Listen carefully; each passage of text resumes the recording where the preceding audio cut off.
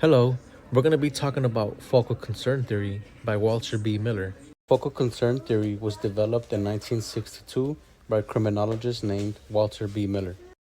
Miller came up with a number of focal concerns that people living in a lower class or in an impoverished community tend to adhere to rather than the dominant middle class values of the larger society. He posits that citizens living in a disorganized, deteriorating underclass community are more likely to obey the rules of the street rather than the values of the larger dominant society.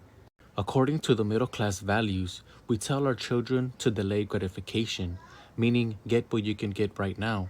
You go to college, you get a degree, and you get a good job, and then you can have all the finer things in life. But you don't drop out of school, you don't start selling drugs, and you don't engage in criminal activity to get what you want or what you need.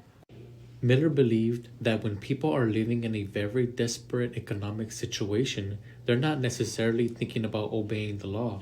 When you don't have heat in your house, a decent place to live, food in your belly, decent clothing in the wintertime, economic desperation is why kids that grow up in these communities oftentimes creates subcultural groups of delinquent gangs. Primary, Miller examines young men and believes that delinquent gangs adhere to six focal concerns or the rules of the street. The first focal concern would be trouble.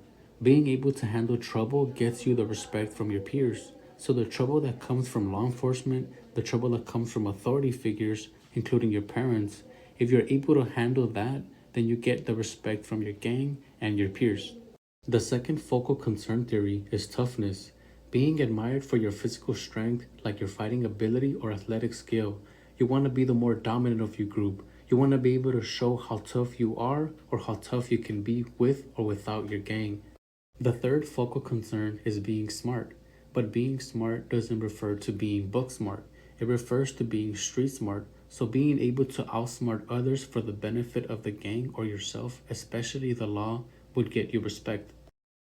The fourth focal concern is excitement, living on the edge, seeking fun and excitement to cope with, sort of like a drive with all you're dealing with on a day-to-day basis, like trying to survive, trying to scrape by with just a decent amount of food to eat, scraping by just enough to get by, scraping up just to keep the lights and the gas on.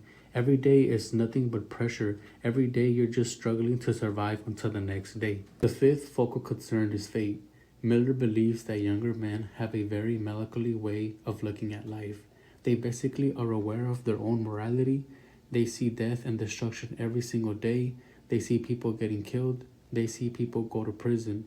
So for them, they believe that your fate, your future, depends on luck, good fortune, or forces beyond one's control. Basically, a it is what it is mindset, or we're all going to die anyway mentality. In other words, they have a kind of fatalistic views of life that they tend to embrace. The sixth focal concern, Miller believed autonomy was so important to young men because they felt they didn't need to rely on anyone and considered themselves independent of authority. Authority of your parents, authority over your teachers, and authority of the law and law enforcement. As we can see, the focal concerns Miller created are based on the lower class youth living their life according to the six principles that guide behavior. These are implicit values created by their subculture or gangs. Many of these situations then lead to fatherless young men who seek gangs to fill their sense of belonging and status in the streets. As we can see, Miller's theory on the lower class culture is an attempt to explain the problem of criminal activity and more specifically delinquency. It holds in one specific area of the theory that many criminals are created by environment, having grown up in a lower socioeconomic class which at best allows and at worst promotes criminal activity. The crimes committed by lower classes are more frequent and violent in nature, giving further proof that these individuals are literally raised to become criminals, as criminality is a part of their everyday culture and lifestyle, especially during their formative years when morals and values are established in the individual. Based on the information provided, what do you think? Could Miller's theory be accurate? Could low-end communities and low-end employment be the reason delinquent gangs are structured? Or is this something that is just passed on from generation to generation?